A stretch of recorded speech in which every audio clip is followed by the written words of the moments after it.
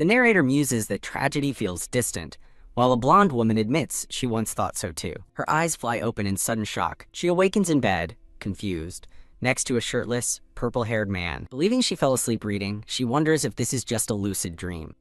A flashback shows a woman engrossed in a novel, lying in her bed. The reader is appalled by the story, questioning how a mother-in-law could be so evil. She realizes the novel's main character got divorced because of her wicked mother-in-law. In the novel scene, the purple-haired man angrily announces, "We're getting a divorce." The story reveals the villainess, Ellen, poisoned a woman named Layla, causing a stillbirth. The enraged king furiously orders the wicked woman's immediate execution. A vision of the villainess screaming as she's consumed by flames flashes by. The reader closes the book, repulsed by the awful woman's terrible fate. Deciding she's read enough, she resolves to go to sleep. Back in the present, she cautiously tries to get the sleeping man's attention. He snaps awake, angrily asking if she's forgotten her own husband's name. She's shocked he's real. He sits up and formally identifies himself as her husband, Count Philip Morris. She realizes he's a character from the novel, which means she's become the villain, Ellen, and cries in despair. Her gaze drops to the floor, focusing on his feet in their slippers. Admiring his shirtless physique, she thinks that being the villainous mother-in-law might have its perks. He scoffs at her confusion, reminding her that her act won't erase her signature on the divorce papers. A fractured memory of his divorce declaration confirms she's living the novel's scene. She suddenly recalls the original Ellen's condition for signing, one last night together. In a flashback, Ellen demands their final night be an exact repeat of their honeymoon. As she reminds him of her request twice, he pinches his nose, disgusted by her shamelessness.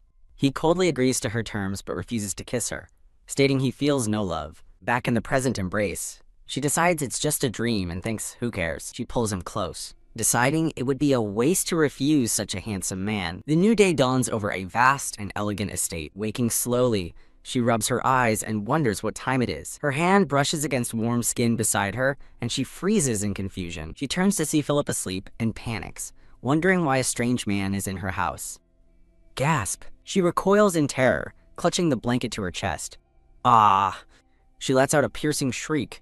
Her scream violently jolts the sleeping man awake. He sits up abruptly, looking completely startled and confused. Confused, she denies it, but he insists she demanded it and clung to him first. Outraged, she grabs him, shouting, "Are you crazy?" But he calmly replies that she was ecstatic. Slam! The bedroom door is thrown open. Two maids rush inside, pleading, "My lady, please calm down." A maid steps between them, trying to de-escalate the situation. Hearing them call her "my lady," she realizes with dawning horror that this is not a dream. Philip glares at her, his purple eyes sharp with suspicion. He scoffs, convinced her outburst is an absurd performance to stop the divorce. He declares their divorce deliberation period has officially begun, leaving her speechless. Turning away, he mutters that he's sick of their hellish marriage and prays the 100 days pass quickly. As he walks away, a new thought begins to form in her mind. He pauses at the door to warn her not to harm the children, vowing he won't let it slide again. The maids bow respectfully, informing her they will be waiting outside. Click! The heavy doors close, leaving her alone with her thoughts. A blonde-haired woman is suddenly startled. She whirls around to face an ornate vanity. Her blue eyes widen in dawning realization. She sees her reflection, touching her face in disbelief. Gazing at her reflection, she realizes it's not a dream, and she may have possessed the body of a villainess named Ellen. Resolving to figure out her situation, a group of maids with varied hair colors look down in fear, one thinking, "My lady." Now in a black robe, she wonders where a man went and who she is. The blonde woman panics, realizing she's become the villainess, Countess Ellen Morris. As two maids bow, an unseen person informs her that with the divorce finalized, she is now Lady Ellen Bourbon de Lenoir. Ellen dismisses the maids harshly but immediately regrets it, wondering if her villainous act was too much, while one maid sobs in disbelief.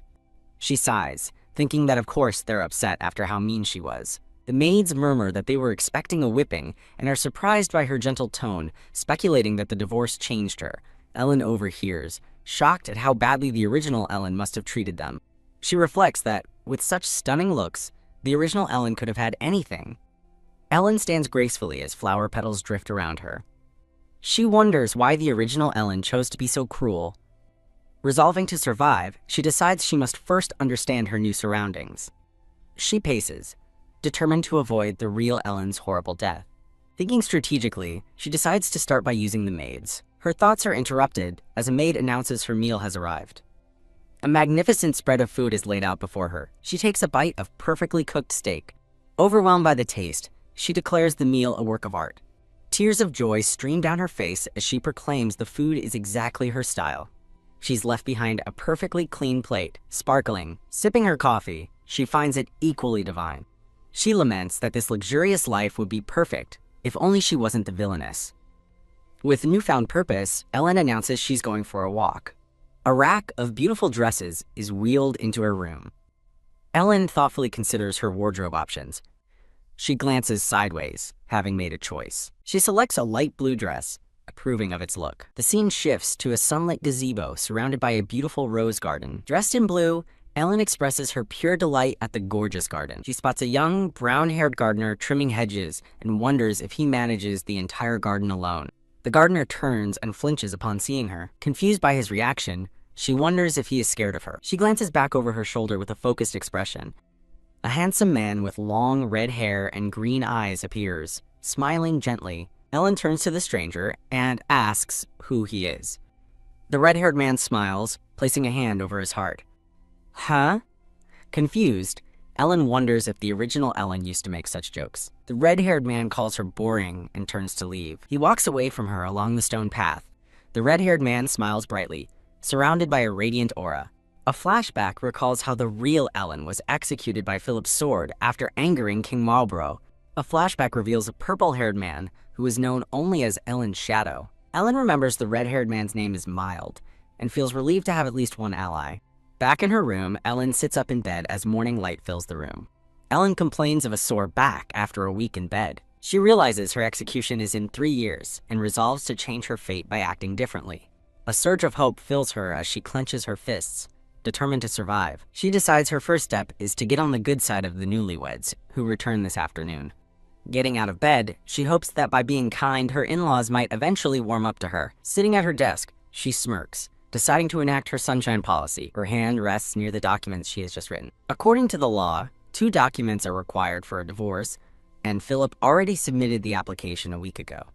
A 100-day deliberation period is required for any couple seeking a divorce. Ellen looks pensive, knowing there's more to the situation. The law states that a divorce confirmation can be submitted anytime, which finalizes the split if even one party wants it. She considers the loophole. If neither submits the confirmation or both cancel, the divorce is voided. The scene focuses on the sash of her robe. Looking out the window, she feels a sense of unease. She recalls that the novel gives her a small house, but she schemes that begging the count might get her more. She daydreams of wealth, deciding to earn a fortune before the divorce to ensure a lavish future. Thump! A hand firmly stamps a red wax seal onto the papers. She turns and calls for Sir Miles. The red-haired man, Mild, appears at her door with a smile. Ellen walks over and hands him the sealed document, instructing him to send it to the court. Mild takes the document, hesitantly asking if she is certain. She asks if he will still protect her after the divorce. He vows he is a knight sworn to protect her for life. Flustered by his devotion, she shyly dismisses him. Mild smiles warmly, promising to be on his way with the document. Ellen realizes with determination that she now has to save Mild's life as well as her own. A black-haired maid and Mild pass each other in the hall. Ellen asks the maid when the children will arrive and is told they have 2 hours. She confirms that she is expected to greet them at the main gate. With a mischievous grin, Ellen announces she should get ready, shocking the nearby maid. She glances at the trembling maid, wondering why she is so afraid. Maids carefully help Ellen into an elegant lavender gown. She stands fully dressed, her beauty so striking that someone thinks she is incredibly pretty. Looking in the mirror, she laments the original Ellen's obsessive life and resolves to live a new life worthy of her beauty. The maids look up, surprised by her request. As the heavy ornaments are removed, she thinks she looks much better without them. She glances back with a confident smile, her simpler hairstyle radiating elegance. The household staff bows as she gracefully walks toward the estate's entrance. She walks alone down the grand path, her gown flowing behind her. The scene shifts to the back of a purple-haired man watching her. His purple eyes are fixed on her as he thinks her name. He recalls how beautiful and elegant she once was. A flashback reveals that she changed upon realizing how exceptional Al Marlborough was, fearing for her own son's inheritance. He thinks that despite his reassurances, she relentlessly tormented Marlborough. The narration reveals a secret. Marlborough is the king's hidden son, a truth Philip swore to protect. The purple-haired man watches her, wondering who could live with such a woman. As she turns, looking confused, he panics slightly, worrying that she might be plotting something new. He is momentarily captivated, thinking she looks especially beautiful today. He quickly scolds himself not to fall for it, as Ellen gives him a quizzical look. A regal carriage, pulled by 2 horses, clatters toward the grand estate gates. The purple-haired man looks down at a startled Ellen. He asks why she's staring, and she brings up the time she hit him. He angrily thinks she's trying to humiliate him in front of the staff. She smiles sweetly, asking if he's feeling better now. A flashback reveals the villainess's incredible sword and fighting skills. Her flashback continues, showing she knew how to inflict maximum pain. The purple-haired man flinches in the present, asking what she means. Ellen looks at him intently, asking why he did it. He questions her being startled, so she clarifies she was surprised to see a man upon waking. He scoffs, reminding her she begged for it while stamping the divorce papers. She coyly dismisses his claim, saying one can forget things when half asleep. Internally, she fumes that a respectable supporting character is being so clueless. The purple-haired man looks away, flustered and annoyed. Ellen gets angry, wondering if she should just hit him again. 3 household staff members pretend not to hear the awkward exchange. The man becomes agitated, insisting she can't pretend not to know what she said. Startled, she suddenly grabs the front of his uniform. She pulls him close, catching him completely off guard. She whispers in his ear, calling him a pervert, stunning him into silence. She then reminds him that she said it was worthless, causing him to blush. He thinks to himself that's a lie, as she was clearly into it. He concludes she's just lying to stop the divorce and vows not to fall for it. A carriage wheel creaks to a stop. A pink-haired woman and a blonde-haired man arrive at the estate. An older blonde woman gushes over her pretty new daughter-in-law, Lila. Ellen watches them, thinking that she knows she's the villainess. Walking toward them, she wonders how anyone could torment such a beautiful heroine. Ellen calls out to a nervous Lila, who timidly responds. With a joyful expression, Ellen throws her arms open wide for a hug. She embraces a very surprised and stiff Lila. Trapped in the hug, a terrified Lila thinks Ellen is scary. Ellen, let's go, happily inviting Lila to a tea party later. The purple-haired man, Marlborough, watches the strange interaction from a distance. Ellen calls Marlborough over, telling him to greet the newlyweds. As Lila curtsies, a confused Marlborough approaches the group. He internally scolds her for looking like an idiot, as Ellen formally welcomes the couple home. Ellen laughs warmly, inviting everyone inside for tea and pie. Marlborough watches her go, wondering what has gotten into her. The blonde man is equally bewildered, wondering what happened while they were away. Layla thinks to herself that Ellen is even scarier when she acts nice. Later, the 4 of them sit awkwardly in a parlor. The silver-haired butler, Domingo, stands beside a cart piled high with wedding gifts. Ellen recalls that in the novel, Domingo dies soon, and the original Ellen celebrated it. She decides she can't ignore the accident she knows is coming. Ellen asks Domingo if he plans to buy camellia oil soon. Stunned, Domingo asks how she could have possibly known that. She cryptically warns him of robbers, horses, and a woman at a tavern. Domingo thanks her, but Ellen knows he doesn't believe her warnings. He explains he is going in 3 days to a boutique that stocks high-quality products. Ellen notes the Lenoir merchants share her maiden name. Philip asks if her brother owns the merchant guild, but Ellen feigns ignorance. He coldly suggests she just pretend she doesn't have a brother. A massive pile of sparkling wedding gifts sits in the room. The purple-haired Lila observes the scene with a calm expression. Ellen knows Layla is watching her reaction, recalling how the original villainess complained about the gift. She inwardly declares that her new mother-in-law is on her side. She resolves to have the most overjoyed reaction possible. Lila offers the gift, hoping it is to their liking. A beautifully wrapped blue gift box is carefully opened. She gasps in genuine admiration at the sight of an elegant blue dress. Ellen holds up the dress, marveling at its beauty and softness. She poses elegantly with her new dress, surrounded by flowers. Philip smiles approvingly while the blonde man looks on in shock. Ellen thanks Lila for the dress, prompting a moved Lila to call her mother. Ellen gently takes a surprised Lila's hands. Wow, a tearful Lila is overwhelmed with happiness. Both Philip and the blonde man look completely bewildered by the interaction. Ellen stands protectively beside Lila, warning Philip not to give her a hard time. Philip asks about his gift, which Domingo then presents to him. He accepts the gift, but announces he has something important to say. He calmly reveals that he and Ellen signed divorce papers a week ago. Lila and the blonde man are stunned by the shocking news. Philip states he can't wear the matching outfit now that she is leaving. He instructs Domingo to display both of the gifts. Ellen demands to know why her dress will be displayed, but he dismisses her concern. She insists she will wear the dress, telling him not to count his chickens before they hatch. She explains the odd idiom to a very confused Philip. Philip offers to take the dress, but she refuses, saying it's for them to wear together. She points out that he just said he wouldn't wear his. He smirks, cleverly turning her own "don't count your chickens" phrase back on her. The blonde man clarifies they bought 2 of each outfit. She sips her tea, cheekily asking a stunned Philip if he still won't need his gift. Thump. She sets her teacup down and confirms she will leave in 100 days. She demands a proper house befitting her status as a duke's daughter. She makes it clear that a cheap, back-alley house is unacceptable. Philip asks if she ever mentioned alimony. She coolly says, it just seems like his style. She bids the newlyweds goodnight, promising not to disturb them. The scene shifts to a tranquil view of the estate's garden and gazebo. Now in a green dress, Ellen walks along a stone path with a yellow parasol. She thinks the garden is a perfect photo spot and wishes she could take a picture. Hee hee. She covers her mouth and laughs softly to herself. She spots Sir Mild and asks why he seems so happy. He returns the question, asking what made her laugh like that. Mild smiles, simply stating that she appears to be in a good mood. Her hands clench around the handle of her parasol. She is touched that her own happiness is enough to make him happy. With grim determination, she vows that she will not let Mild die. She decides her first step is to make a good impression on Lila and her friends. Looking at a pond, she wonders where they are. Sir Miles asks Ellen what she is looking for.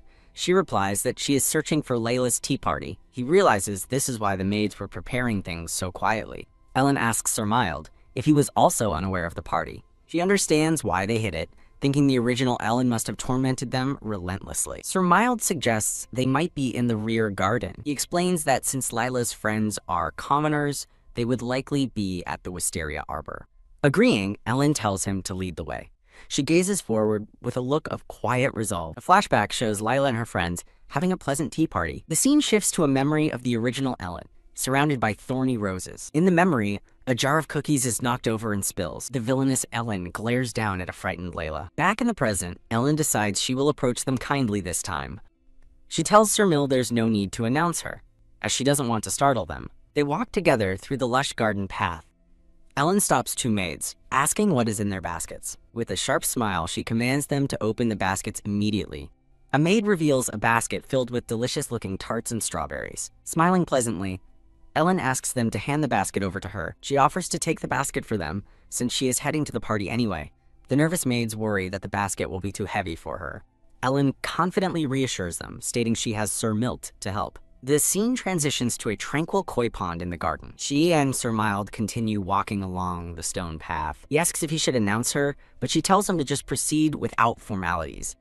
She pauses for a moment, wondering what she should say.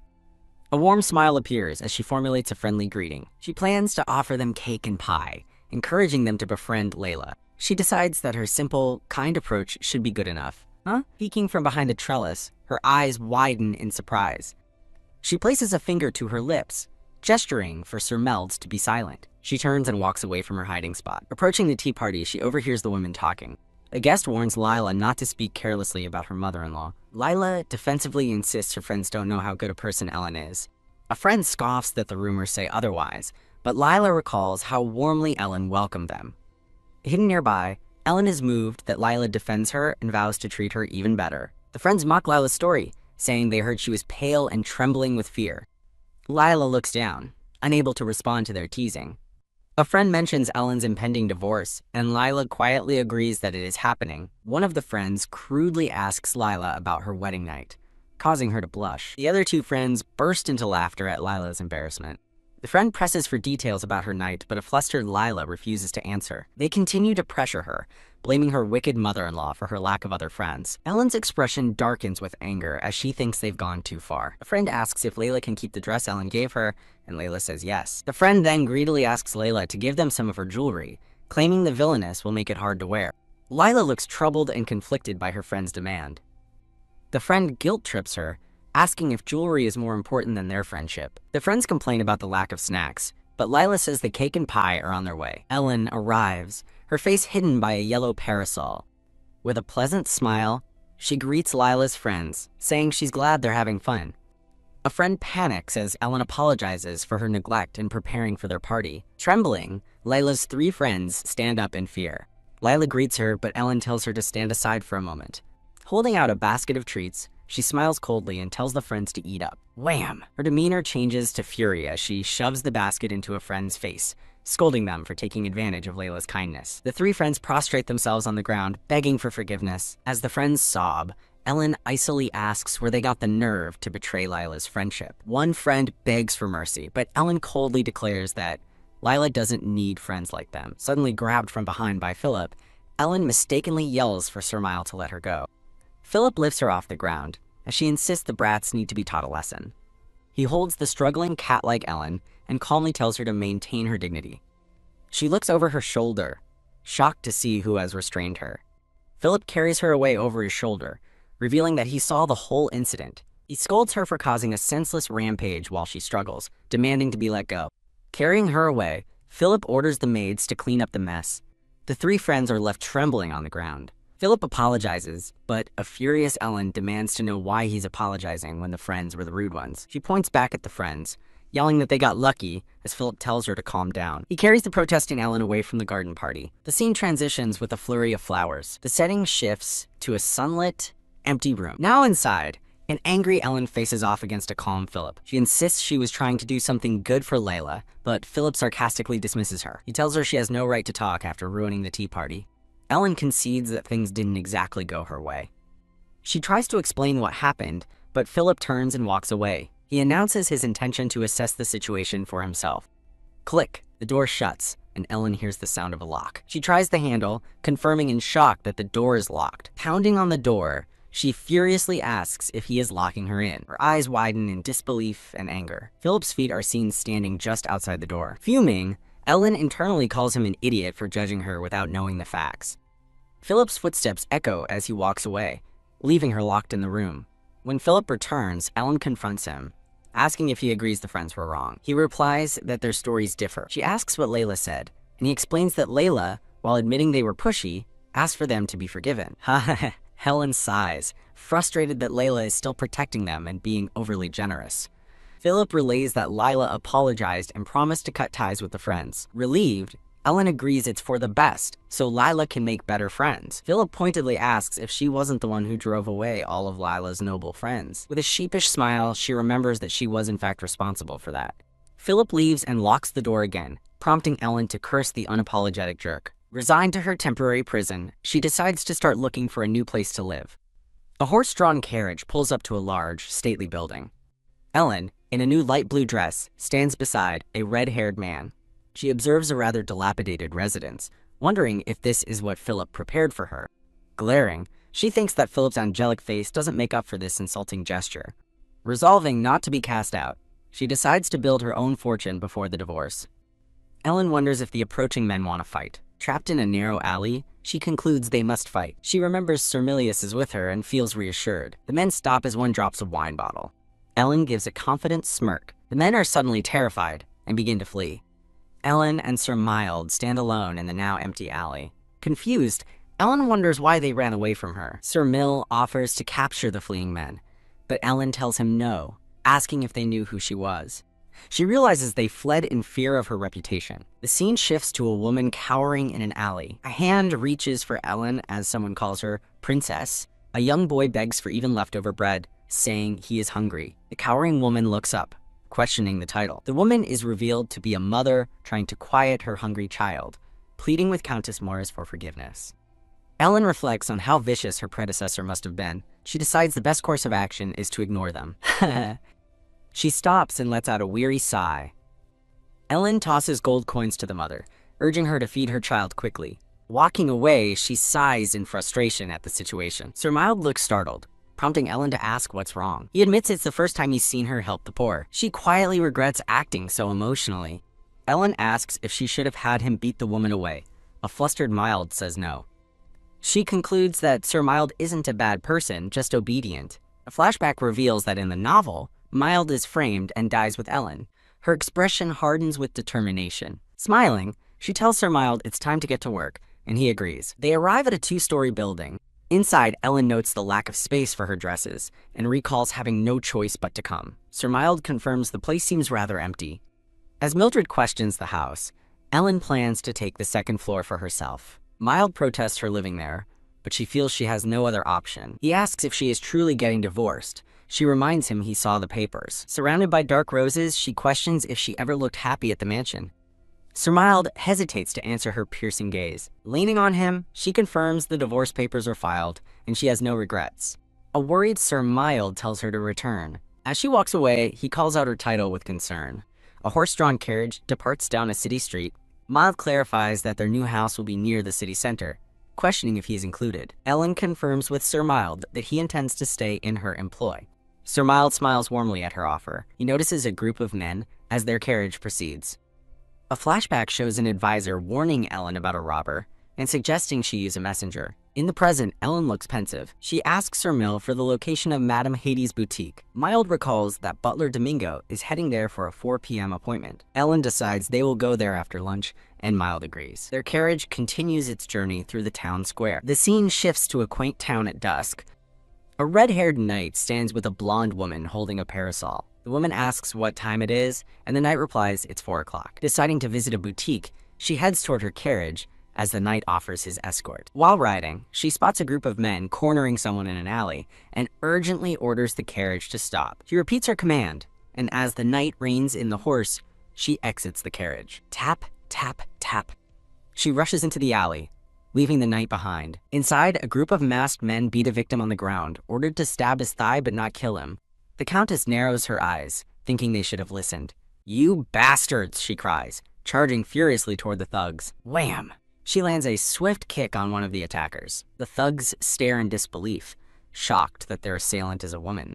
The man on the ground recognizes her, asking why the madam is there without an escort. The blonde thug confronts her, demanding to know who she is. She boldly declares, "I am the Countess of Morris." The thug orders his men to seize her, but she meets their advance with a defiant stare. Swoosh! She expertly wields her parasol as a weapon. She winces slightly, realizing her strike went deeper than intended. 2 thugs fall to the ground, clutching their injured thighs. She rationalizes that no one died as her red-haired knight arrives, telling her to step back, but a thug scoffs at the lone knight. The knight draws his sword, challenging the thugs to bring it on. He orders his companion, Mild, to cover the left flank as 2 thugs charge.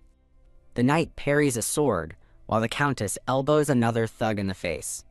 Sir Milt marvels at her fighting style, but she snaps at him to focus on the fight. Wincing, she laments that Ellen's body is too weak to handle the shock of combat. Sir Mild swiftly cuts down an opponent. The blonde thug grabs the older man, demanding he hand over what he has. The man's companions cry out for help as they are overwhelmed.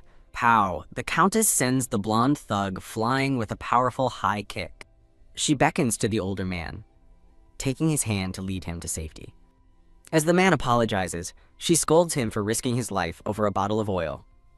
The remaining thugs draw their knives, shouting to kill the man. She pushes a rock into the man's hand, urging him to report to the guards while she holds them off. Tack! Her well-aimed rock hits the blonde thug squarely on the head. Yelling at the man to go, she turns to face the charging thugs alone. The blonde thug grabs her from behind, trapping her arms.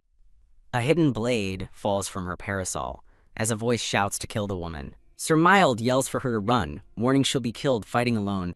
She shoves her attacker off balance. In a stunning move, she flips the thug over her shoulder and onto the ground. Cracking her knuckles, she gives a confident and slightly flushed smile. She dusts her hands off, the job seemingly done. Turning around, she appears calm and collected. Her eyes gleam with sharp focus and determination. Suddenly, a troop of uniformed guards marches into the alley. A stern-looking man with purple hair arrives on a black horse. The guards rush forward to intervene. Seeing the reinforcements, the thugs curse their luck and attempt to flee. The guards quickly apprehend the blonde thug, holding him at sword point. The purple-haired man approaches the Countess, now back in her carriage, and asks if she is all right, leaving her internally questioning his sudden concern. Ellen thinks with annoyance about how Philip used to despise her. Standing before her, Philip comments that nothing seems seriously wrong. Crash! A loud noise echoes from a nearby building. From a new perspective, someone holding a blue parasol watches Ellen and Philip walk away, wincing in pain. Ellen thinks that must have hurt badly. Sir Mild rushes to her side in concern, but she insists that she's fine.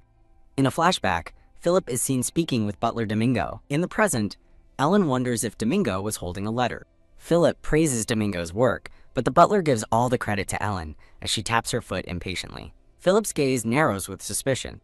A blushing Domingo thanks Ellen for saving him, causing her to worry that the story is changing. Philip looks at her with a questioning expression. Ellen confronts him, asking if he wasn't going to help. She accuses him of being suspicious because of her foreknowledge, but he denies it. Furious, she points a finger at him, saying he clearly accused her while he continues to deny it. Philip blushes as a proud Ellen internally praises her own impressive kick. He remains flustered and blushing from the memory. A dynamic image shows Ellen delivering a powerful kick. Her expression is flushed, but determined. Ellen turns to leave, but Philip reaches out, calling her name. She walks away, ignoring his plea. Sir Miles suggests a visit to the medical center, and Ellen reluctantly agrees. As Sir Miles rushes to get the carriage, Ellen regrets overexerting herself. He returns in a panic, reporting the carriage is gone. Ellen asks how far they have to walk. Mild explains it's too far to walk in her condition, but she insists she can manage. He offers to escort her, and she accepts his help. Philip suddenly appears on horseback, asking why she didn't tell him, and, offering help, his gaze fixed on her wrist. Philip looks down at her with a serious, unreadable expression. He extends a hand, offering to help her up. Ellen informs him she's going for treatment, and he offers to escort her. She bluntly refuses, saying the horse is too crowded. He's taken aback, reminding her she always wanted to ride with him. With a sly smile, Ellen politely declines Philip's charming offer for the day. Confused by her words, Philip wonders what she means, while Ellen panics at her slip of the tongue. She clarifies that he's merely a side character in her life, and they should maintain distance before their divorce. Philip looks down, stunned and hurt by her sharp dismissal. Composing himself, Philip orders Mild to take his horse and report the stolen carriage. Sir Mild bows his head and accepts the Count's orders. Philip turns to Ellen, extends his hand, and says it's time for them to go. He gently takes her hand in his. In a swift motion, he lifts her into his arms, causing her to cry out in surprise. They lock eyes, their faces just inches apart. She asks what he's doing, and he calmly states this is the fastest way to get there, regardless of his role in her life. As he carries her through town, he asks if she feels better, but she stubbornly tells him not to speak to her. They arrive at the stately building of the medical center. Inside a well-appointed office, a doctor carefully tends to Ellen's injured ankle. Her bandaged hand and foot are shown, the doctor diagnosing it as mild inflammation. The doctor assures her she'll feel more comfortable, and she offers a simple thank you. Squeak! Sir Mild enters, announcing he's found the carriage, and Ellen prepares to leave. The grand carriage waits for them outside the medical center. Philip, Ellen, and Sir Mild stand together before the carriage, ready to depart. Philip looks away with a serious and pensive expression. Oh my. In a flourish of flowers, Philip carries a blushing Ellen in his arms. After setting her down, he keeps an arm around her as she asks what he is doing. As she stares in shock, he smiles and says she looked uncomfortable. Confused by his actions, Ellen recalls how he hated her and wanted a quick divorce. In the carriage, she wonders why his behavior now makes her heart flutter. Startled, Ellen asks why Philip is getting into the carriage instead of taking his horse. Now seated beside her, Philip simply announces he is also going to the boutique. An incredulous Sir Mild asks, "What?" prompting Philip to glare and ask if he must repeat himself. Yeehaw!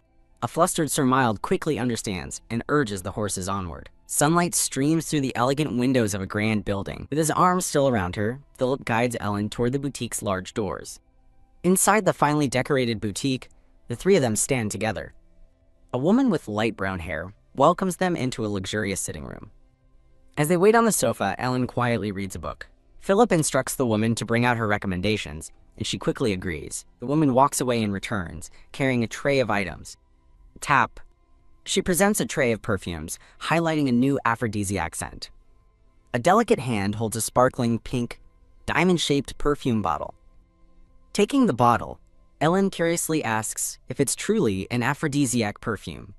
She examines the elegant bottle more closely. The owner covers her mouth in shock as a blushing Philip asks if Ellen likes the scent.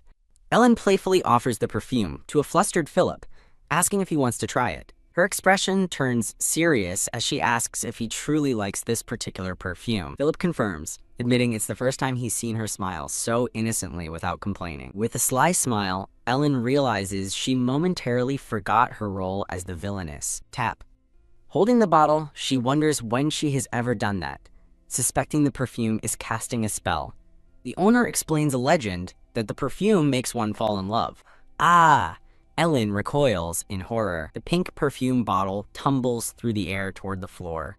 As the owner calls her name, Ellen panics, believing it's a real magical perfume. She realizes with dread that Philip is the closest man, but recalls he remarries Dalinara in the story. She worries she is now doomed to a painful, one-sided love.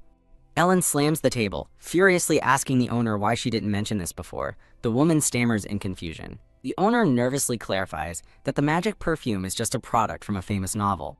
She explains Lord Renoir commissioned the author to write the novel to promote the perfume. Ellen is stunned to learn that product placement exists in this world. Sighing in relief, she admits she was shocked, thinking the magic was real. A bewildered Philip looks on as Ellen wonders what on earth she was thinking. Composing herself, Ellen tells the owner to wrap it up and show her the next item. A pair of hands holds up a beautiful, iridescent pain relief patch. Ellen asks Philip why he doesn't use the patch, but he dismisses it as a luxury item for extreme pain. Philip observes her carefully, noting her strange familiarity with the patch.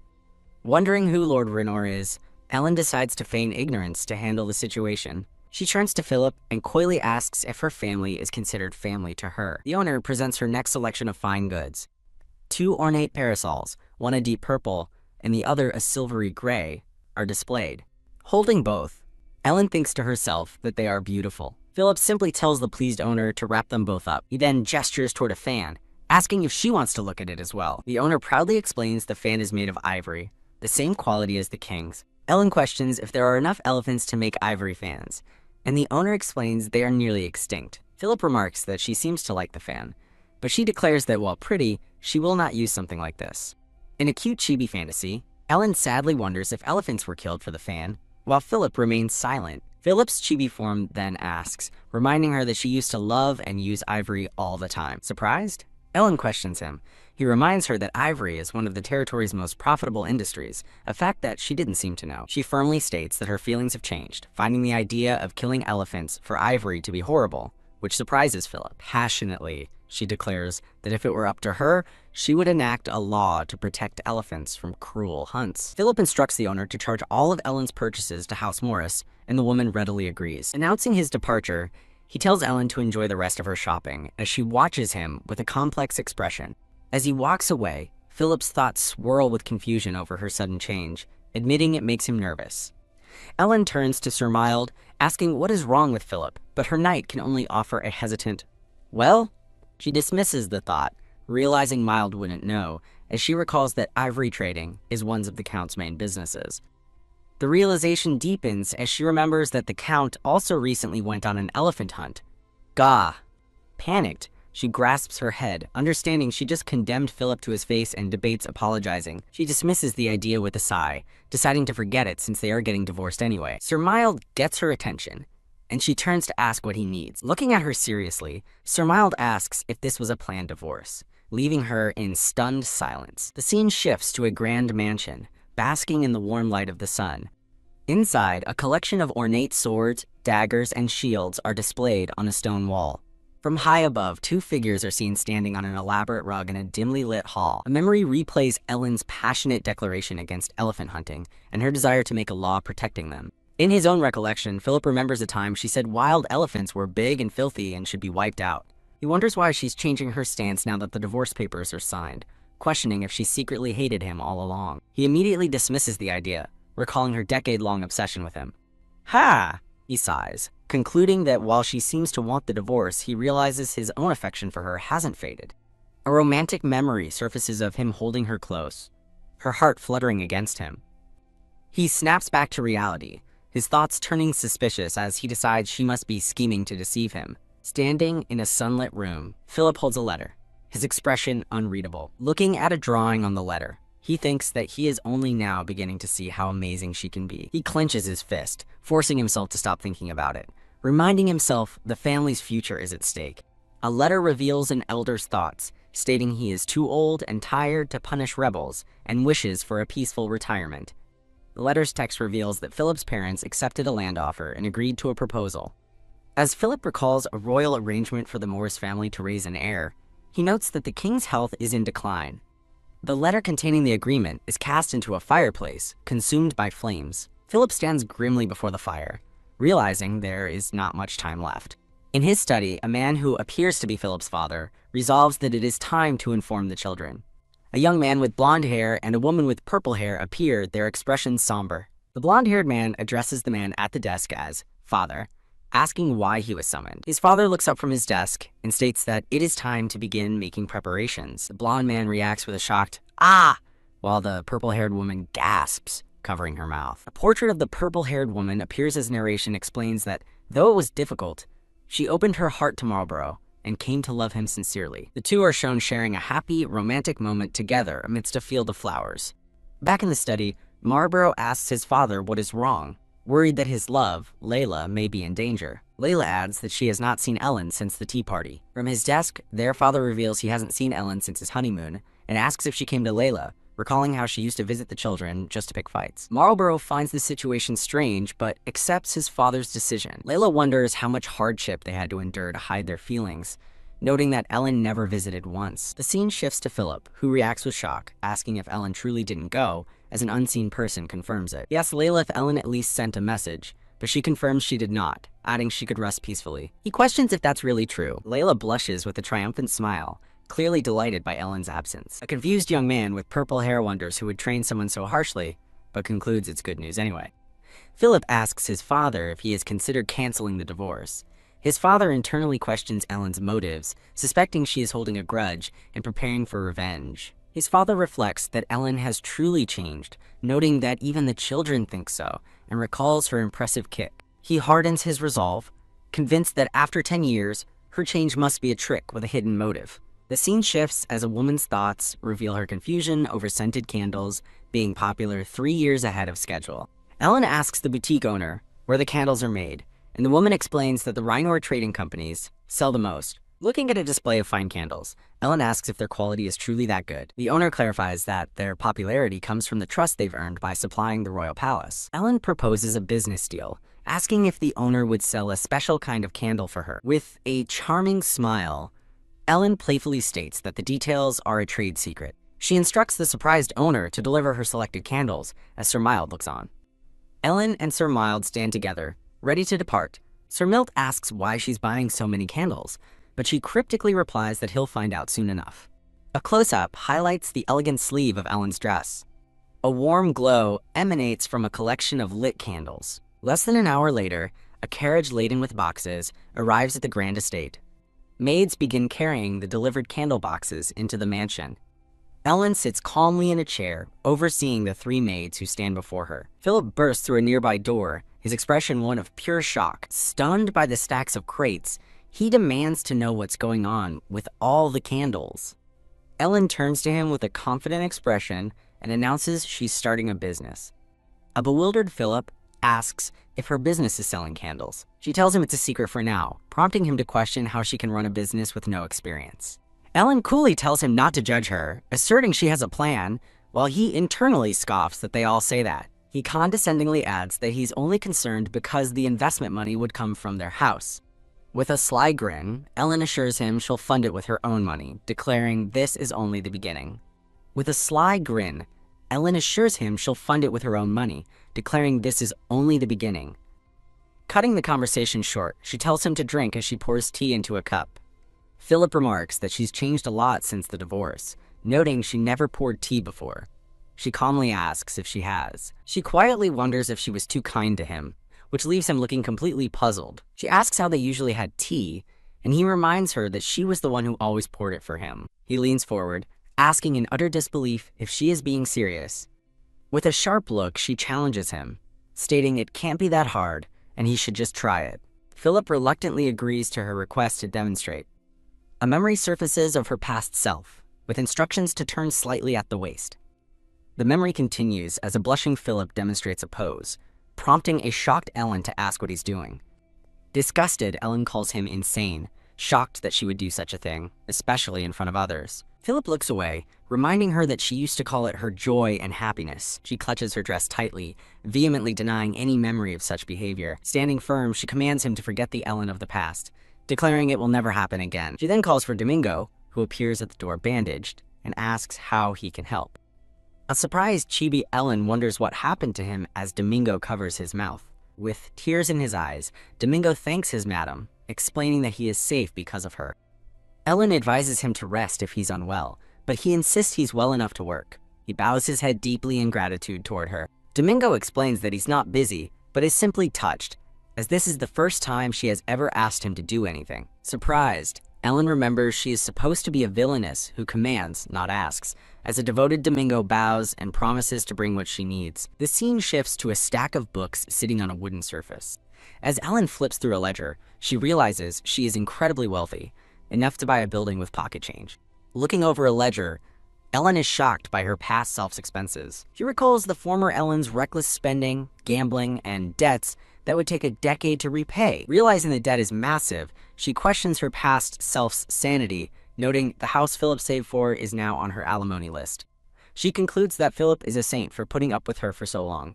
Ellen confirms with Domingo that all her purchased items are in the 4th floor storage room. Getting up from her desk, she tells Domingo to lead the way so she can inspect her belongings. Click. A key turns in the lock of an ornate door. As the doors open, she stands before a brightly lit storage room.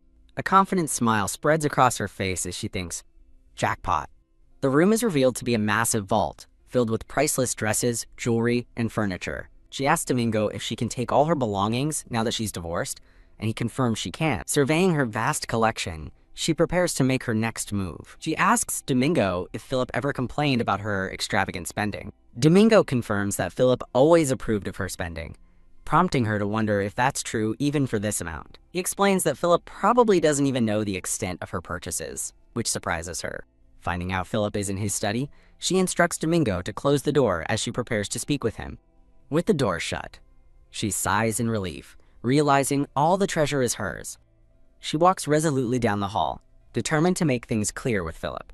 With Domingo by her side, she arrives at the study. She calls out to Philip, who sits with his back to her. Telling him she has something to ask, she is met with silence. She firmly tells him to look at her. Philip asks what she wants, and she questions if she's disturbing him. With her arms crossed, she asks why he won't face her to talk. He hesitates, explaining that he is not formally dressed. She jumps to the wrong conclusion, asking if he's naked, which he quickly denies. Insisting they talk face to face, she dismisses his concerns about being dressed comfortably, but he remains hesitant. His hand tightens on the arm of his chair. She approaches his chair and discovers him reading in a robe that is open, revealing his muscular chest. Intrigued, Ellen leans over the back of his chair for a closer look. A blushing Philip claims it's difficult to turn the heavy chair around. Staring at his impressive physique, Ellen now understands her past self's obsession. He awkwardly explains the robe was a gift he only wore once. Her gaze turns flirtatious as she looks at him. A close-up shows her hand resting near his bare chest. She coyly asks if she could perhaps do something, leaving him to nervously question her intentions. Philip's eyes widen in blushing shock. Seeing her coy smile, he nervously asks what she wants to do. She leans in close, suggesting a kiss since they are still technically married. She playfully pulls back, her hand on his leg as she says he doesn't have to if he doesn't want to. Her sudden change in demeanor leaves her momentarily confused. With a blush, Philip closes his eyes and braces himself, ready for the kiss. She leans over him and whispers for him to open his lips. Instead of his lips, she gently kisses his forehead. She tells him he has the right to wear his own robe, and he confidently agrees. Now composed, Philip asks why she came to see him, and she reveals she has reviewed the finances. Philip admits his own incompetence with a faint smile. Ellen tells him not to say that, remarking it's a miracle they aren't divorced yet. She confronts him, asking why he let her extravagant spending get so out of control. He explains that letting her spend was the only way he could help her cope with stress. With an understanding smile, she realizes he was giving her everything he could. Promising to fix the finances before she leaves, Ellen turns and walks away. Alone, he reflects that he never found her past attempts at flirting to be charming. His eyes closed, he drifts into a memory, wondering who is there. He looks up in surprise to see Ellen has returned, wearing a matching dark blue robe. Ellen stands before him, presenting herself in the alluring matching robe. In the memory, she explains she bought the matching robes for them to wear together. The memory continues as she tenderly asks him to come closer, their hands joining. They are shown embracing passionately in the study. On the couch, she playfully declares his punishment for being cold is a kiss. His hand gently cradles her face as he leans in for the kiss. They share a passionate kiss as glowing petals fall around them. The memory of their intimate moment on the couch continues. They gaze lovingly into each other's eyes, their embrace tightening. Pow! A chibi Ellen with furious red eyes lands a powerful punch on a confused chibi Philip. A dazed, baby-like Philip calls out her name from the floor, snapping back to reality. Philip stands alone, looking utterly bewildered. Blushing, he touches his cheek and admits to himself that the memory was nice. Later, Ellen collapses onto her bed in her green nightgown. She buries her face in her pillow, her hand clenched in frustration. She peeks up from her pillow, wondering if her simple forehead kiss went too far. She lies alone in her grand bed, lost in contemplation. Staring at the ceiling, she wonders if they could have gotten along better. Turning over, she muses that a story isn't fun without a villain. She reflects on the villain's dramatic role, but knows that path now leads to her own death. With newfound resolve, she decides she will be good to the children. Sitting up with determination, she declares she will start raising money tomorrow. A knock at the door is heard as a voice calls for, "My lady." She turns toward the sound, wondering if Philip has come to see her. To her surprise, Philip is standing outside her door holding a gift box. Opening the door with a creak, she invites him to come inside. Now inside her room, Philip asks her what's going on. He holds out the beautifully wrapped gift, telling her he came to give it to her. He places the gift on the table in front of a surprised Ellen. She questions his motives, worrying he brought the gift because he hates the idea of matching robes. With a graceful smile, she places a hand on her chest and accepts the gift. She reassures the chibi Philip that he doesn't have to worry about her canceling the divorce. He shocks her by revealing he has already signed and sent the divorce papers to the court. With a reassuring smile, she clarifies she's not trying anything sneaky. Seeing his conflicted expression, she asks him what's wrong. He insists she has misunderstood his intentions, prompting her to ask why he came. Blushing, Philip admits he brought the robe simply because he thought she'd look good in it. A flustered Philip quickly wishes her a peaceful night and turns to leave. As he departs, she wonders if she's imagining his sweet gesture, as it seems so out of character. The next day, a voice calls for Sir Miles from behind a grand door. Domingo enters the room and asks if his lady called for him. Confused, Ellen asks why he's there when she summoned Sir Mild, but Domingo explains Sir Mild is with the master. A thoughtful expression crosses Ellen's face. She finds it strange, noting that Philip rarely ever calls for Sir Miles. A concerned Domingo and a chibi Ellen wonder what's happening. She asks if it's something she can't handle, but he assures her it's not. She instructs Domingo to call in an art dealer, preferably one with strong financial backing, who asks if she is selling something. With a determined look, she announces she's selling every piece of artwork she owns, shocking Domingo. Domingo advises that a professional appraiser would be better than a local buyer, even if it takes more time. Decisively, she tells him to call them both, and a surprised Domingo agrees. She smiles, pleased with her plan to raise funds. She then adds a new instruction to throw a grand party and invite every noble who can attend. Her smile widens as she clasps her hands in anticipation. Later, an art dealer arrives, thanking the Countess for the summons and promising the best price. She notes his greedy expression as he examines his jeweled ring. She turns and tells the dealer to follow her to see the items. She leads them to a room showcasing a large, beautiful landscape painting. She instructs the dealer to quote prices, while Sir Mild and a maid record the offers. The dealer points to a crystal mermaid statue, offering only 2 gold for the aged piece. He then praises a golden fairy statue as a fine piece, offering 5 gold for it. A chibi Ellen has a realization, figuring out the dealer's strategy to undercut other sellers. She quietly instructs Sir Mild to check if the dealer has sold any other pieces before. Changing the subject, she asks Sir Mild about the call he received from Philip that morning. He explains that Philip asked if the divorce papers were officially submitted with the final seal. With a slight smile, Sir Mild confirms he told Philip the truth. The papers were sealed and sent to court.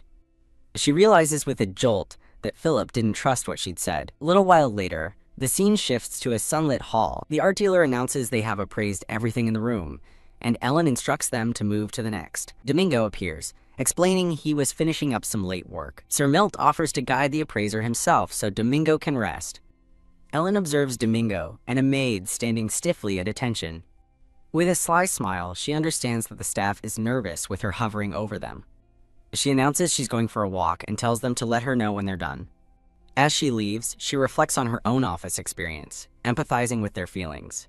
She walks through a beautiful garden trellis covered in red flowers. A look of surprise crosses her face. She spots a man on a ladder, trimming a tree in the distance. She hides behind a stone wall, peeking at the man on the ladder. The man, revealed to be a handsome Philip, wipes sweat from his brow. His hands grip the wooden ladder firmly. The scene focuses on the lush apple tree he's tending. A close-up shows the pruning shears glinting in the sun. She approaches the ladder where he is working. He's startled by her sudden appearance behind him. He tumbles from the ladder as she wonders if she looks like a monster to him. He lands on the grass, looking up at her from behind her long red skirt. She decides if he sees her as a monster, she might as well act the part. She sternly commands the fallen Philip to get up. He cautiously gets to his feet, looking at her with a wary expression. Philip looks up at the tree, still flustered by their encounter. A blonde man in an apron looks startled by the blonde woman before him. In his mind, he panics over commands to be at ease, at attention, and to train. She orders him to do 20 push-ups, and he nervously asks if that will be enough. When she offers to add more, he begs her not to use the whip. Confused, she wonders to herself if she has ever whipped him before. As he struggles with the push-ups, she finds herself thinking how surprisingly sexy he looks. From a window, a confused Philip wonders what he is even witnessing. He questions why she is punishing the man named Hyde and begins to doubt if everything she has shown him was a lie. Determined, Philip decides he must find out the truth for himself. Meanwhile, Hyde counts out the final push-ups. He gets to his feet, breathing heavily as she watches him. She sternly asks him if she ever gave him permission to get up. Heidi remains on the ground, looking up at her from a low angle. She smirks, thinking that at this rate, she will be labeled a villain for real.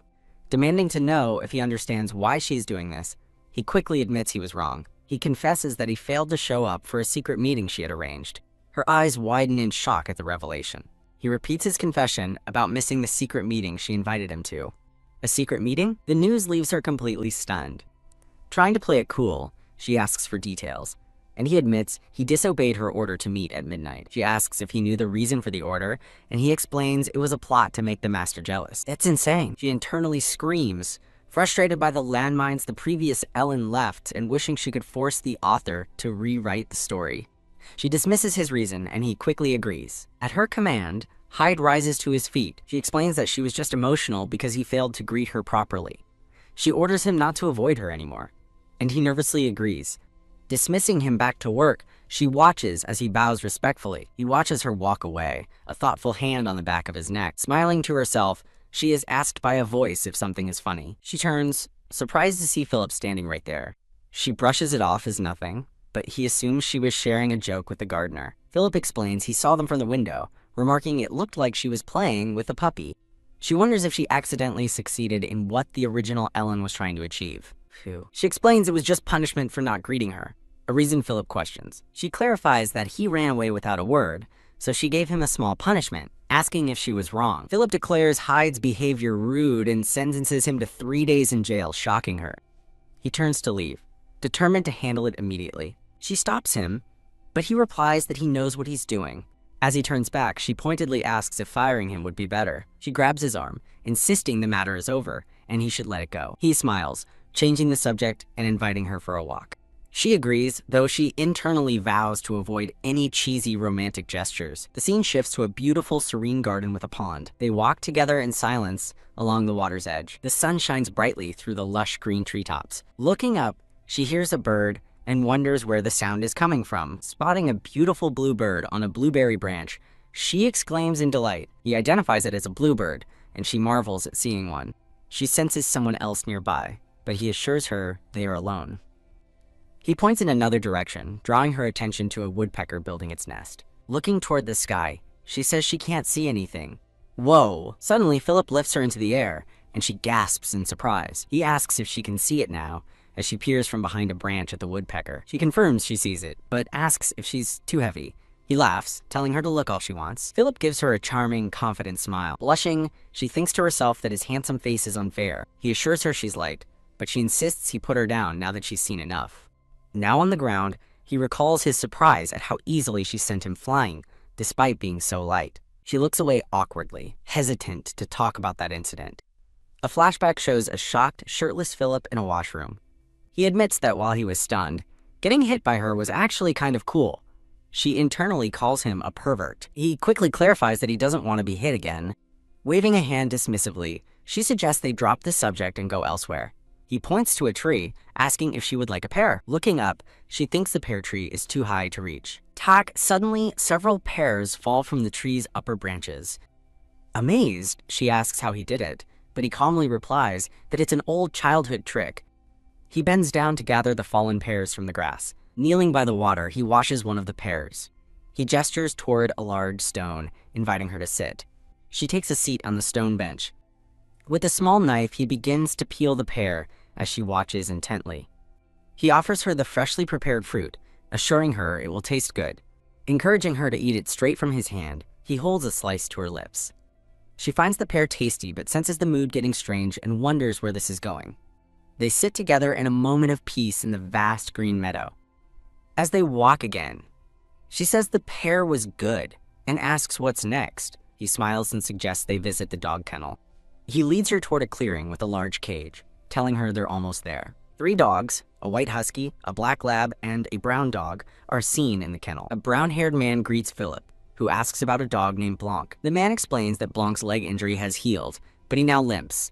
As Philip asks how bad it is, the man explains the dog can no longer hunt. The man suggests that since the dog eats a lot, it would be best to dispose of him.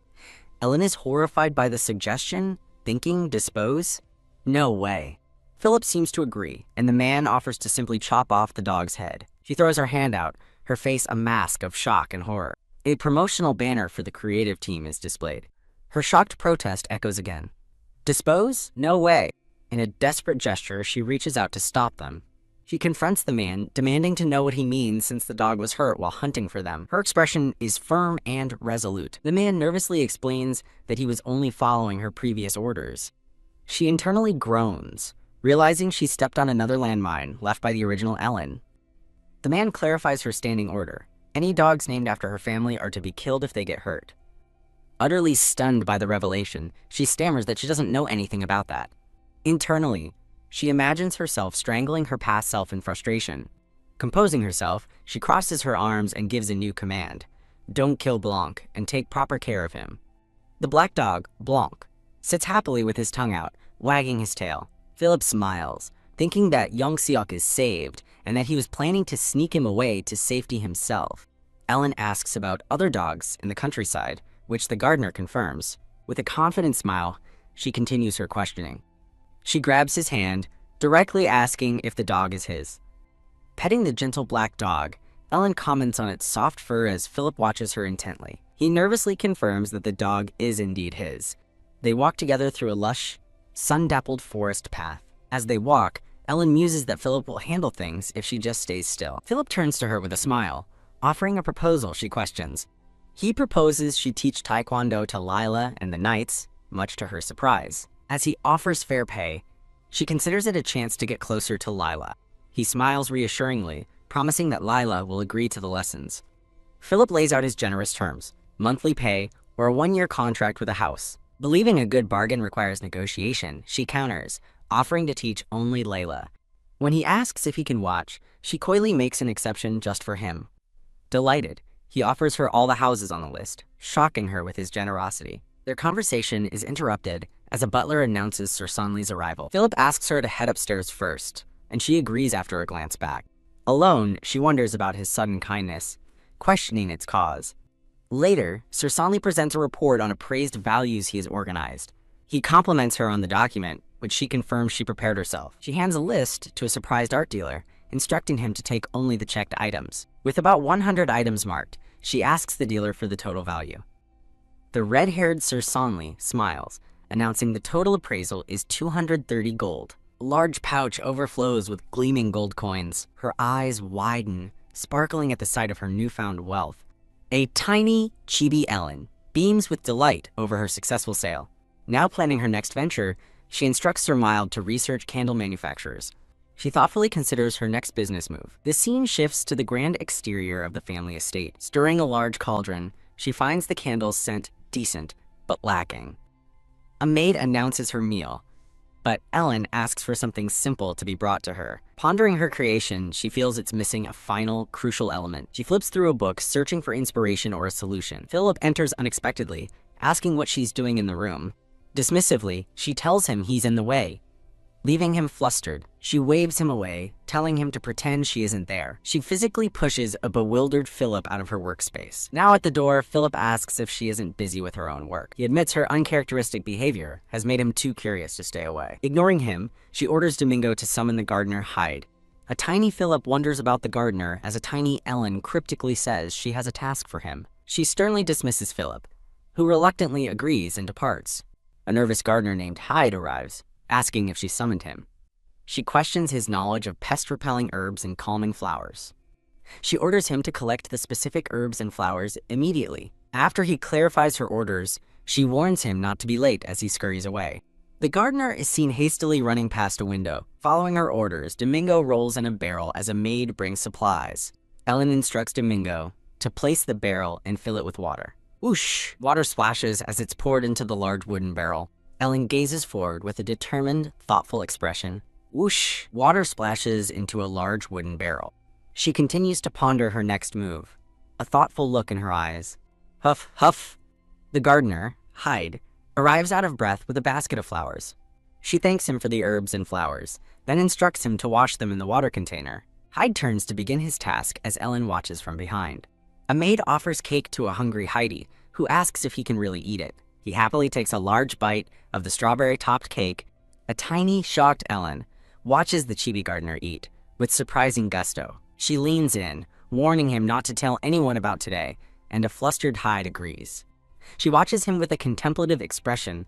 As she works, she hears a voice from another room call for the master. Through the doorway, she sees Philip confronting Hyde and wonders why he's hanging around again. Philip questions a sweating Hyde about coming out of Ellen's workshop, and Hyde nervously claims he was just following orders. Philip presses him for details, but Hyde insists he can't say what she told him to do. Ellen peeks from behind the door, observing their tense conversation. Peeking through the door, she realizes he came to spy on her. Outside, Ellen and the red-haired Sir Sonley stand by a waiting carriage. She asks for the candle workshop's location, and Sir Sonley explains it's on the outskirts of the estate. He warns her that the remote area is known for bandits, surprising her. He suggests summoning the candlemaker, but she firmly insists on seeing the place herself. Sir Sonley turns to make the arrangements. She thoughtfully considers the information about the bandits. Philip suddenly arrives on horseback with his knights, surprising Sir Sonley. He announces that he heard she needs an escort because of the bandits. Surprised, she tells him he doesn't have to go, as she's only taking a couple of knights. He insists, explaining he cleared his schedule just for this. Ahem. He becomes flustered when she asks if he wants to come because he loves her. She observes his handsome face, a slight blush on her cheeks. He clarifies that since their divorce isn't final, he'd be in trouble if she got hurt. She stands her ground, saying she'll take 2 knights, but he argues that isn't enough. She suggests he walk the dog if he's bored, and he reluctantly concedes. With a final word, she boards the grand carriage. The carriage, escorted by 2 knights, departs from the estate. Philip watches her leave. A faint smile on his face, he turns away, deciding he should indeed go walk the dog. The carriage travels down a paved road away from the manor. Inside, she reflects on the journey, suspecting Philip gave the knights a secret instruction. HMPH. Sir Sonley confirms the knights only said they were told to protect her, but she doesn't believe it's that simple. She looks out at the dense forest, musing that it's the perfect place for bandits to appear. Sir Sonley expresses his hope that they don't encounter any, and she agrees. Their carriage travels deeper into the dark, wooded path. Ack!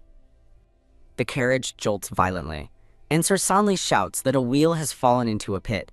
Ellen is thrown by the impact as he yells at her not to get out. An elderly man with a gray beard suddenly appears, demanding they freeze and surrender their belongings. From above, the carriage is shown to be completely surrounded by armed men. She calmly steps down from the carriage. Sir Sonley turns in alarm, urging her to step back to safety. She calmly observes that the ambushers don't really look like bandits, confusing him. She notes they look more like refugees, as he insists he will handle it and tells her not to intervene. She suddenly shouts for them to wait. She picks up 2 large picnic baskets. She offers the ambushers food and money. The hungry men stare in disbelief at the delicious food. The basket sparkles, full of fresh fruit and bread. The leader scoffs at her offer, threatening her with a knife as his men brandish their own weapons. Sir Sonley steps in front of her, ordering her back. He insists he will handle the confrontation. Whoosh! She ignores him, and single-handedly kicks down 2 of the men. One of her knights holds a defeated man at sword point. She bluffs that the Count is madly in love with her, and will seek revenge. Her knights are shocked, thinking her claim is impossible. She offers them a choice: accept support or face the Count's wrath. The leader refuses to believe her threat. He grabs one of his men, still looking defiant. She points at him, holding her ground. The bandit leader's tough exterior begins to crack. He continues to look stressed and conflicted. Turning away, he nervously considers his options. Defeated, he looks at the food and curses his situation. She presses him to decide between revenge and a new life. The leader stammers, at a loss for words. She suggests he eat first and then decide.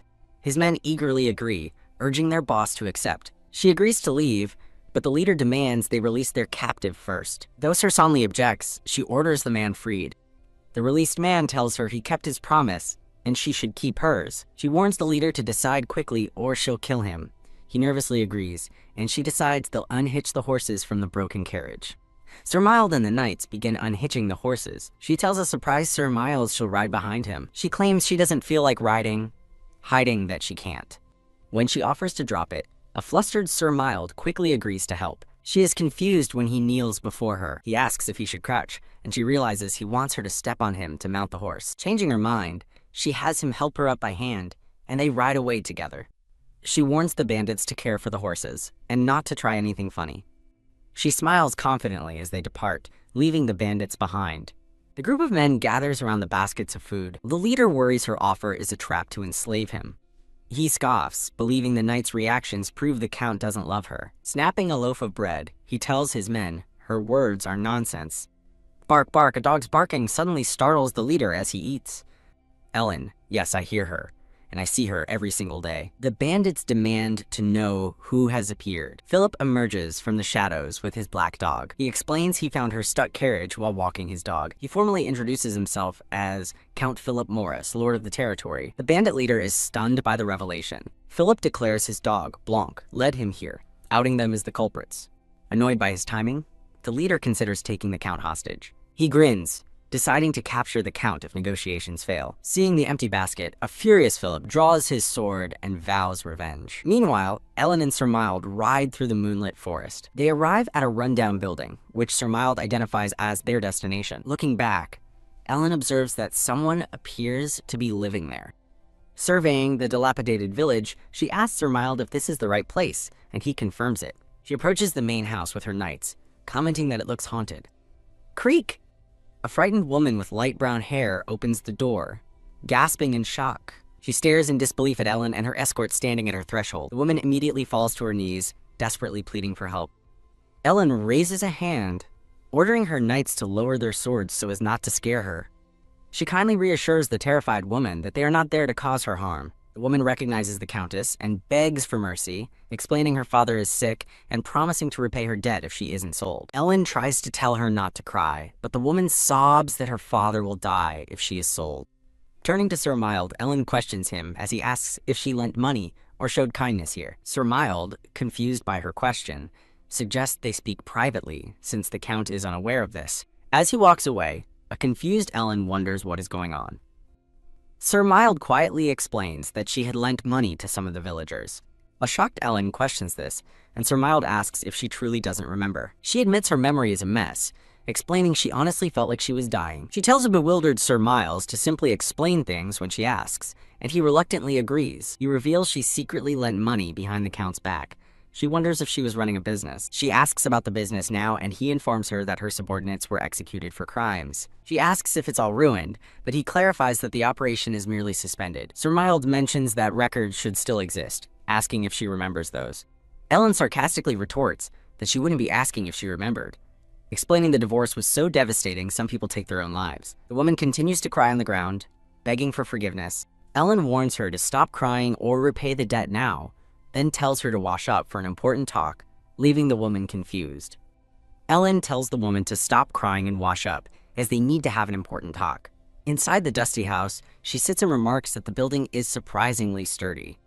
The camera pans across the dilapidated interior, showing a candelabra and a broken window. Click! The woman returns, closing the door behind her.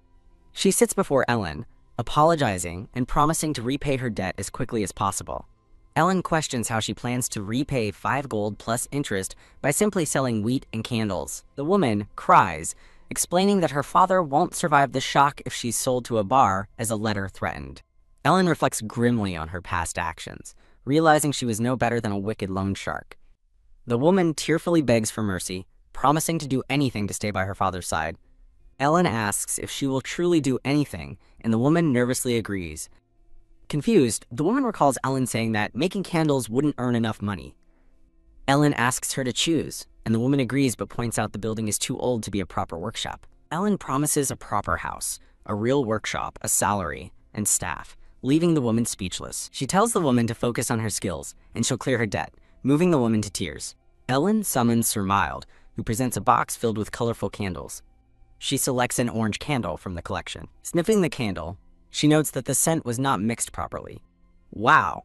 The woman stares at the candle in awe, amazed by the idea. Ellen smiles, explaining this is precisely why she needs a specialist. Overcome with emotion, the woman declares the candle is art blessed by the heavens. Satisfied, Ellen suggests they start by drawing up a contract. Back in the woods, Philip confronts the group of men, who are now kneeling before him. He questions them, asking if they are refugees, not bandits, and if the madam told them to wait there. The bandit leader explains that the countess showed them mercy out of kindness. Philip scoffs internally, finding it impossible that Ellen would show mercy. He considers her strange behavior, but concludes a woman like her couldn't change so easily. The leader panics, realizing he needs a better story, or they're doomed. As Philip stands ready with his sword, the leader calls out to him. The leader passionately declares they were saved by the Countess's grace, preferring servitude to death. Philip remains skeptical, thinking the man doesn't know how vicious Ellen really is. Philip calls out the leader's earlier defiance, and the man curses his foolish mistake. Flustered, the leader claims he thought Philip was an imposter. Still suspicious, Philip turns his attention to another group of bandits, causing a commotion. Suddenly, Philip's black dog rushes forward. A new group of bandits mock Philip, wondering who the punk with the dog is. Angrily, Philip confronts them, asking if they're the notorious mountain bandits. The new leader smirks, arrogantly telling Philip to call him Lord Bandit. As the bandit demands his valuables, Philip realizes Ellen will face their wrath alone. Swoosh! Philip unleashes a swift attack, striking down a surprised bandit. He sends another bandit reeling with a powerful blow to the face.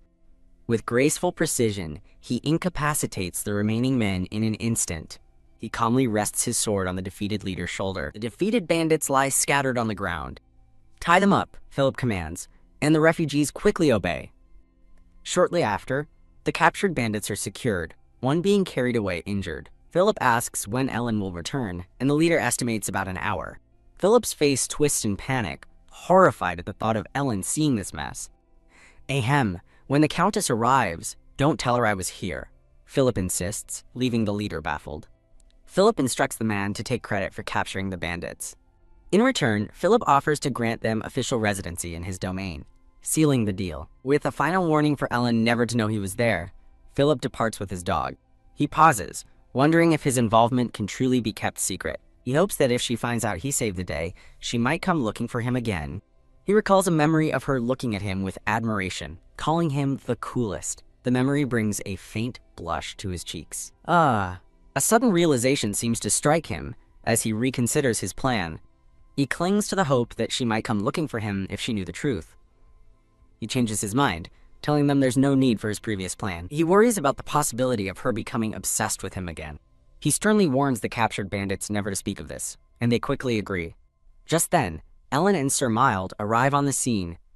Confused by the scene before her, she asks what happened. The refugee leader nervously begins his explanation as the real bandits sit tied up. The refugees stand guard over the captured bandits, playing their parts. Sensing a strange atmosphere, she questions him, but he claims capturing the bandits was difficult. The leader formally pleads for permission to settle, swearing their loyalty to her domain. She agrees, but says she must await the Count's approval, surprised by how quickly her knight returned with a reply. A fleet of carriages, including a prisoner transport, is already waiting. Puzzled by the many carriages, she questions her knight, who explains they were already there upon his arrival. The knight points out the specialized prisoner transport, leaving her completely baffled. Sir Mild decides to load the prisoners into the waiting carriage, and she agrees. She wonders to herself if Philip possesses some kind of strange, predictive power. The convoy of carriages departs, heading down the road. Creak. Inside the carriage, Ellen has fallen asleep.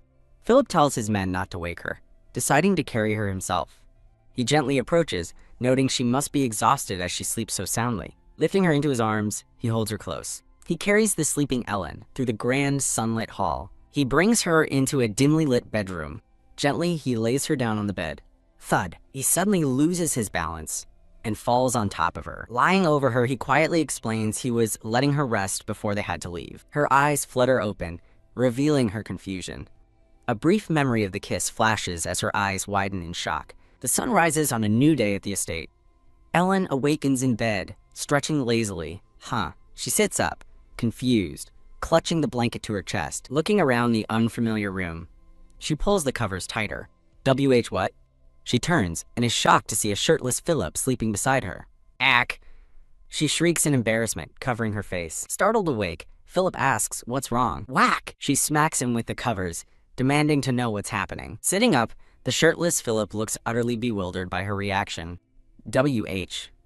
What is this? She demands, staring at him in disbelief. In a moment of panic, she sees his hand emerge from under the covers. He stands up and raises a hand, trying to calm her by saying, "It's me."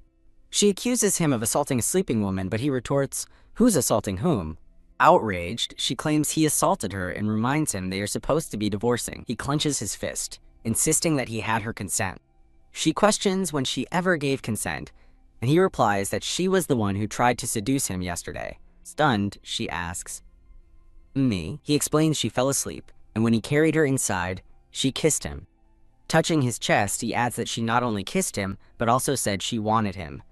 She is left speechless, a blush creeping onto her cheeks as she processes his words. He apologizes sincerely, explaining he truly believed her actions were a form of consent. He turns and leaves the room, the door clicking shut behind him. "Arg, I must be crazy," she screams, clutching her hair in frustration. A close-up reveals her flustered, blushing face as the memory hits her. The memory of her kissing him passionately resurfaces. She resolves that this can't happen again, deciding she must avoid Philip for a while. Overwhelmed with embarrassment, she hides her face under the covers. Later that day, Ellen stands outside, dressed in an elegant purple gown. Sir Mild approaches, asking how she's feeling, and she quickly assures him she's fine. She asks about the refugees, and he explains the Count has housed them in an empty building in the forest. Relieved, she announces she is going to the city and asks for the carriage. "Yes, madam," Sir Mild replies with a bow. A carriage departs from the estate grounds. The scene transitions to a peaceful courtyard with a fountain. Ellen arrives at her destination, stepping out of the carriage. Looking at an old building, she muses that it could work as a workshop and considers selling her other properties to afford it. She heads to a real estate agent's office. The agent apologetically informs the Countess that the building's owner only wants to sell it outright, not rent it. Ellen states she'll buy it in a year, but the agent insists the owner wants an immediate sale. Ellen appears, dressed elegantly for a meeting. She calmly sips her tea while waiting.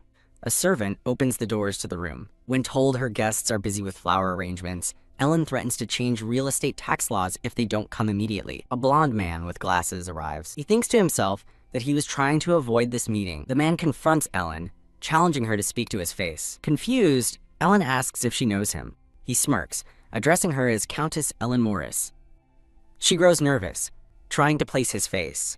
He remarks that it's been a long time, and is surprised by her calm demeanor. They sit opposite each other for a tense meeting. He asks if she's really forgotten him, but she looks away nervously. Feigning ignorance, she says she doesn't remember him, shocking the man. The blonde man is stunned, speechless, as Ellen pivots to business, offering to rent for a year and then buy the building outright. He can't believe what he's hearing. She taps the contract, asking if her terms are ridiculous. Ellen dismisses the servant and tells her knight, Mild, to also wait outside. She wonders if she knows Mild, concluding that she doesn't recognize him either. The blonde man insists Mild can stay, telling Ellen to speak freely. He calls her shameless, addressing her by her full maiden name, Lady Ellen Bourbon-Lenoir, shocking her with his knowledge. She insists she doesn't know him, as he begins to formally introduce himself as Alexander Zephyrus Bourbon. Alexander stands formally after announcing his name.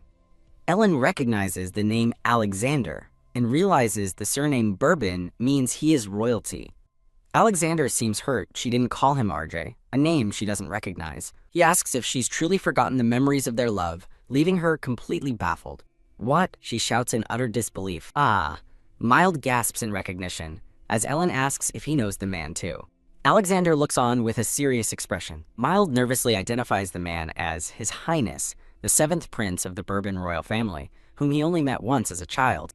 Internally, Ellen panics, wondering what kind of mess the original Ellen made. She dismisses him as just an old acquaintance the villainess was in love with.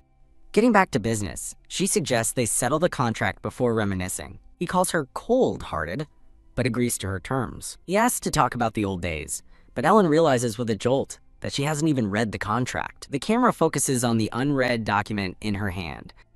As he waits for an answer, she internally celebrates, thinking, bingo, gotcha. Alexander agrees to the deal, admitting he needed to sell before the political situation became unstable. She notes his political comment, thinking he shouldn't have said that aloud. He observes that this is the first time she's ever thanked him. She thanks him for helping her business, surprising him that she's handling it and not the Count. She retorts, if I don't do it, who will? While he confirms the Count isn't involved. He smiles, concluding that her divorce is now unavoidable. As he starts talking about marriage, she internally scoffs at the idea of marrying him. His hopeful expression falters as he blushes. Business concluded, Ellen prepares to leave with her knight, Mild. Mild warns the prince he's going too far, and Alexander grabs his arm in response. Crash Alexander shoves Mild back, warning him not to step out of line. The camera focuses on a fresh bruise on Mild's cheek. Ellen glares with pure, unbridled fury. A blonde woman furiously demands why the man hit her knight, kicking him to his knees with a loud thump. Again, the blonde woman angrily confronts the man, sending him to his knees as she questions his actions. A red-haired knight urges her to calm down, revealing the man is a prince of the Bourbon royal family. Oops! She internally panics, but outwardly blames the prince for grabbing her hand first. She dismisses her knight while the stunned prince calls out her name, Ellen. She coolly tells the prince to take up any issue with her husband formally. The flustered prince agrees to speak to the Count as Ellen and her knight walk away. From her carriage, she watches with disdain as the prince gives a formal wave from the doorway. He's so persistent, she thinks, with a weary sigh. She closes her eyes, finding a moment of peace on the ride home. The scene shifts to the purple-haired Philip, lost in thought. He questions if what she said is true, wondering if she is really his wife. He sits up, feeling strangely stifled by her sleeping presence next to him. Suddenly, she grabs him in her sleep, pulling him into an embrace. He lies awake, heart pounding, and completely flustered by their closeness. He gazes down at her sleeping face with a tender, softened expression. The camera focuses on the delicate lace collar of her nightgown. Blushing deeply, he hears her whisper his name, Philip, in her sleep. As her hand rests on his chest, she confesses she's not Ellen, but someone from another world. He gently touches her cheek, thinking she's beautiful, and that he likes this change in her. Remembering their perfect night, he admits to himself it's almost enough to make him call off the divorce. A dreamlike flash of their intimate moment lingers in his mind. He shakes himself from the reverie, suspecting this could all be another one of Ellen's schemes. He resolves to avoid her, hoping the distance will calm his racing heart. He suddenly remembers Ellen is supposed to teach Layla a secret technique and wonders if he should go watch. The next day, Ellen stands confidently in a grand room, ready to begin. She smugly reflects on having successfully dealt with both men in a single day. Deciding Alexander is the bigger problem, she considers giving her daughter a heads up. The doors open, revealing a purple-haired young woman named Layla, flanked by two maids. Lila enters the room, looking slightly nervous and uncertain.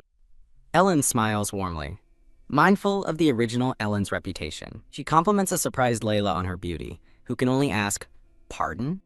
Ellen stands with a confident and reassuring posture. She instructs her daughter to change into comfortable clothes, and Layla obediently agrees. Ellen watches as Layla and the maids depart to change their attire. Layla returns in comfortable pants and a shirt, ready for her lesson. Ellen announces to a confused Layla that she will be teaching her taekwondo. She tells her daughter to sit on the couch and watch the demonstration.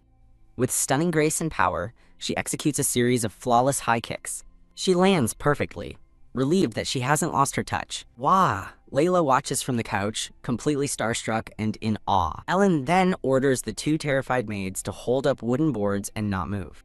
As the maids beg for forgiveness, she clarifies that she has no intention of hitting them. Leaning out a large open window, she bellows for Hyde. She summons the gardener, who looks up from his work in confusion. With a stern expression, she orders him to get over to her immediately. Panicked, Hyde drops his shears and sprints toward her, shouting his compliance. He arrives breathless and nervous, asking what she needs him to do. She hands him a wooden board, instructing him on how to hold it. A blonde man in an apron nervously holds up a wooden board, asking for confirmation, barefoot, and, in a fighting stance, Ellen instructs him to hold it tight. With a powerful kick, she connects with the wooden board,